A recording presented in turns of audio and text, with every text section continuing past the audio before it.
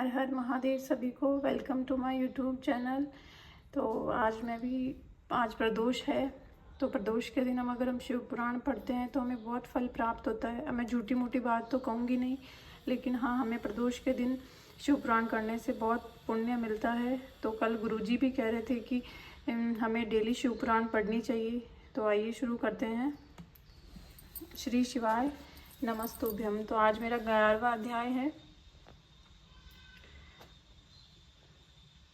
अथ का 10वां।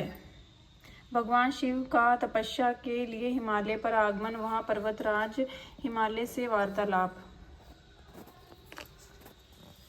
ब्रह्मा जी बोले, हिमालय की वह लोक पूजित पुत्री उनके घर में बढ़ती हुई जब 8 वर्ष की हो गई, तब वह हे नारद, उसका जन्म हिमालय के घर में जानकर सती के विरह से दुखी हुए शंकर जी सती की इस अद्भुत लीला से मन ही मन अत्यंत प्रसन्न हो उठे।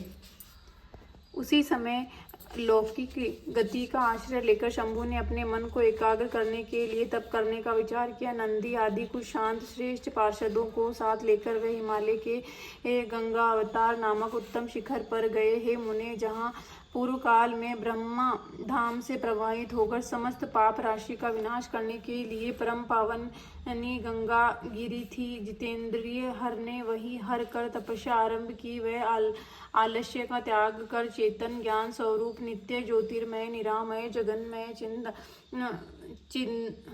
चिदानंद स्वरूप द्वैतहीन तथा आश्रय रहित अपने आत्मभूत परमात्मा का एकाग्र भाव से चिंतन करने लगे। भगवान हर के ध्यान परायण होने पर नंदी भृंगी आदि कुछ अन्य पार्षद गण भी ध्यान में तत्पर हो गए। उस समय कुछ गण परमात्मा शंभु की सेवा करते थे और कुछ द्वारपाल हो गए। वे सब के सब मौन रहते थे और कुछ नहीं बोलते थे। इसी समय गिरिराज हिमालय उस औषधि शिखर पर भगवान शंकर का आगमन सुनकर आदर पूर्वक वहां गए। अपने गणों सहित गिरिराज ने प्रभु रुद्र को प्रणाम किया, उनकी पूजा की और अत्यंत प्रसन्न हो हाथ जोड़कर वे शिवजी की स्तुति करने लगे। हिमालय बोले, हे देव देव, हे महादेव, हे कपर्दिन, हे प्रभु, हे शंकर, आप लोकनाथ ने ही तीनों लोकों का पालन किया है। योगी रूप धारण करने वाले हे देव देवेश, आपको नमस्कार है। निर्गुण सगुण और तथा विहार करने वाले आपको नमस्कार है। हे शंभु, आप कैलाशवासी सभी लोकों में विचरण करने वाले लीला करने वाले त्रिशूलधारी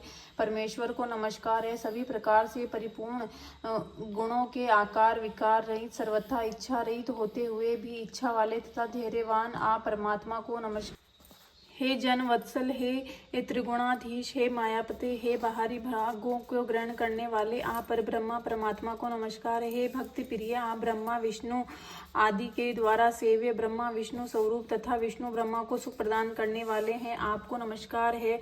हे तपोरत, हे तप स्थान, आप उत्तम तपस्या का फल प्रदान करने वाले, तपस्या में प्रेम करने वाले, शांत तथा ब्रह्म स्वरूप है, आपको नमस्कार है। व्यवहार तथा लोकाचार करने वाले आप सगुण परेश परमात्मा को नमस्कार है। महेश्वर, आपकी लीला को कोई जान नहीं सकता और यह साधुओं को सुख देने वाली है। आप भक्तों की अधीन स्वरूप वाले तथा भक्तों के वश में होकर कर्म करने वाले हैं। हे प्रभु, मेरे भाग्य के उदय होने से ही आप यहाँ आए हैं। आपने मुझे सनाथ कर दिया, इसलिए आप दीन वत्सल कहे गए हैं। आज मेरा जन्म सफल हो गया, मेरा जीवन सफल हो गया, आज मेरा सब कुछ सफल हो गया जो आप यहाँ पधारे। हे महेश्वर, मुझे अपना दास समझकर निसंकोच आज्ञा कीजिए। मैं अनन्य बुद्धि होकर बड़े प्रेम से आपकी सेवा करूंगा। ब्रह्मा जी बोले, हे नारद, गिरिराज का यह वचन सुनकर महेश्वर ने थोड़ी सी आंखें खोलकर सेवकों सहित हिमालय को देखा। सेवकों सहित गिरिराज को उपस्थित देखकर ध्यान योग में स्थित हुए जगदीश्वर वृषभ ध्वज मुस्कुराते हुए कहने लगे। महेश्वर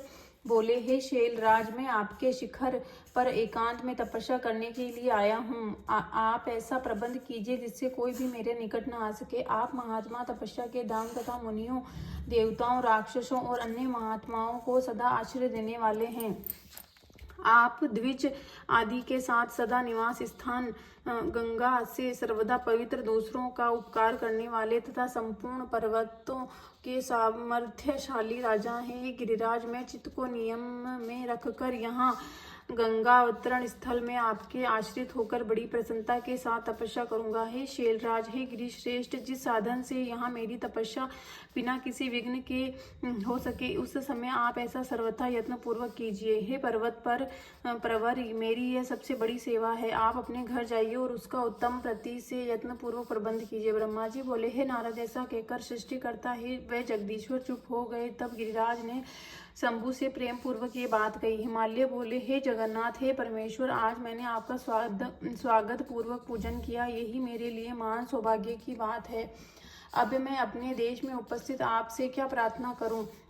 हे महेश्वर, बड़े बड़े यत्न का आश्रय लेने वाले देवलोग तो महान तप के द्वारा भी आपको नहीं पाते, वह आप स्वयं ही उपस्थित हो गए हैं। मुझे से बढ़कर कोई सौभाग्यशाली नहीं है और मुझसे बढ़कर कोई पुण्यात्मा नहीं है जो आप मेरे पृष्ठभाग पर तपस्या के लिए उपस्थित हुए। हे परमेश्वर, मैं अपने को देवराज इंद्र से भी बढ़कर समझता हूँ, क्योंकि गणों सहित आपने यहाँ आकर मुझे अनुग्रह का भागी बना दिया। हे देवेश, आप स्वतंत्र होकर बिना किसी विघ्न के उत्तम तपस्या कीजिए। हे प्रभु, मैं आपका दास हूँ, अतः सदा आपकी सेवा करूंगा। ब्रह्मा जी बोले, हे नारद, ऐसा कहकर वे गिरिराज तुरंत अपने घर आ गए और उन्होंने अपनी प्रिया को बड़े आदर से वह सारा वृतांत सुनाया।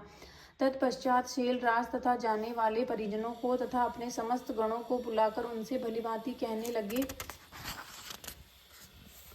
हिमालय बोले, मेरी आज्ञा से आज से कोई भी गंगा अवतरण नामक मेरे शिखर पर न जाए, यह मैं सत्य कह रहा हूँ। यदि कोई व्यक्ति वहां जाएगा तो मैं उस महादुष्ट को विशेष रूप से दंड दूंगा, यह मैंने सत्य कहा है। मुने, इस प्रकार अपने समस्त गणों को शीघ्र ही नियंत्रित करके हिमवान ने विघ्न निवारण के लिए जो सुंदर प्रयत्न किया, उसे आपको बता रहा हूँ, आप सुनिए।